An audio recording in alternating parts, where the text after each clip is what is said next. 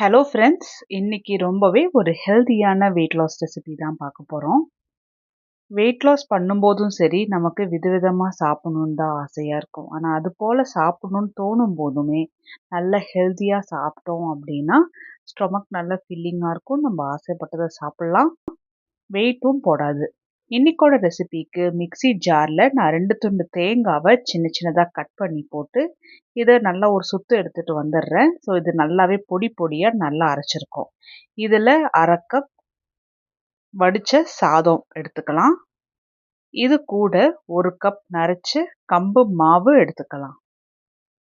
அதே கப்பில் 1 கப் அளவுக்கு தண்ணி சேர்த்தி நல்லா அரைச்சி எடுத்துகிட்டு வந்துடலாம். சாதம் சேர்க்குறோம், எப்படி ஹெல்தி சொல்கிறீங்க அப்படின்னு கேட்பீங்க. ஆப்பம் செய்யும்போது அரிசி சாதம் 2மே சேர்ப்போம் இல்லையா? ஆனால் இன்னைக்கு வெறும் சாதம் மட்டும்தான் சேர்த்திருக்கோம். அரிசிக்கு பதிலாக கம்பு மாவு தான் சேர்த்திருக்கோம். ஏன்னா ஆப்பம் செய்யும்போது இந்த பதம் வரணும் இல்லையா? அதுக்கு சாதம் கண்டிப்பாக தேவை.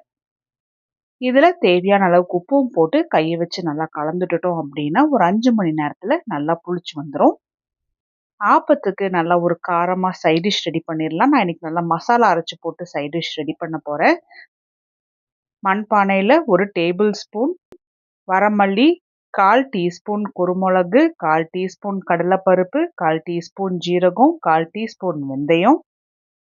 மிதமான சூட்லேயே இந்த மசாலா எல்லாத்தையுமே நல்லா பொன்னிறமாக வர அளவுக்கு வறுத்து எடுத்துக்கணும்.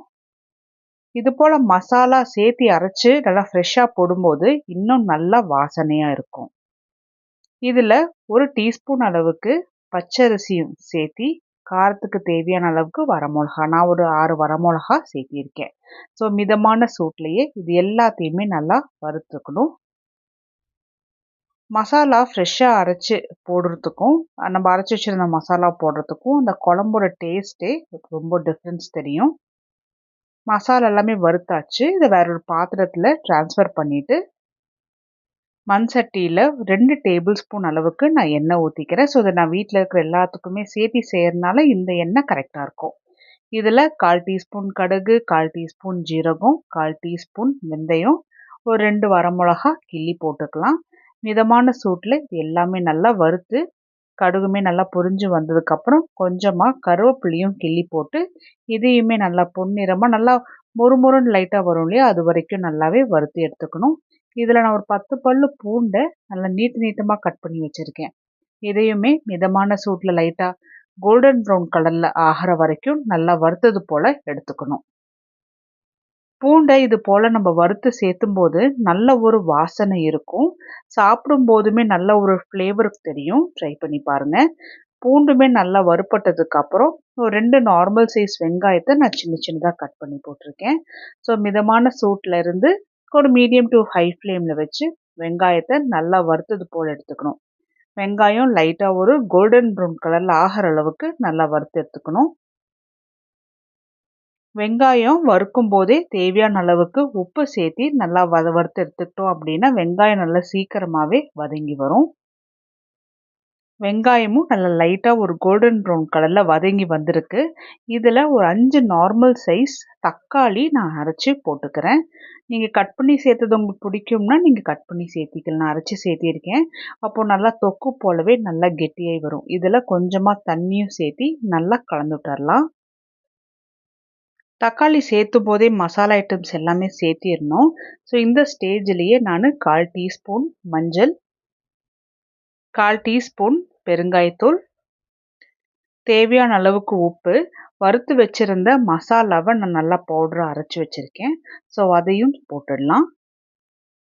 இந்த மசாலா எல்லாமே வெங்காயம் தக்காளியோட சேர்த்தி நல்லா கலந்துட்டு வரணும். எல்லாமே நல்லா கலந்துட்டுட்டு குழம்பு எந்த அளவுக்கு பதம் வேணுமோ அந்த அளவுக்கு தண்ணி சேர்த்தி நல்லா கலந்துட்டுட்டு நல்லா ஒரு கொதி வர அளவுக்கு விட்டுடலாம்.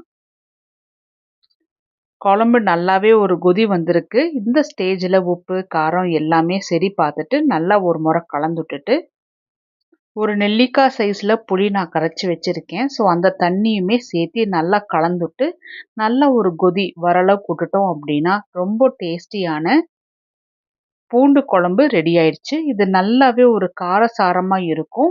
கம்பு ஆப்பத்துக்கு நல்லாவே ஒரு காம்பினேஷனாக இருக்கும்.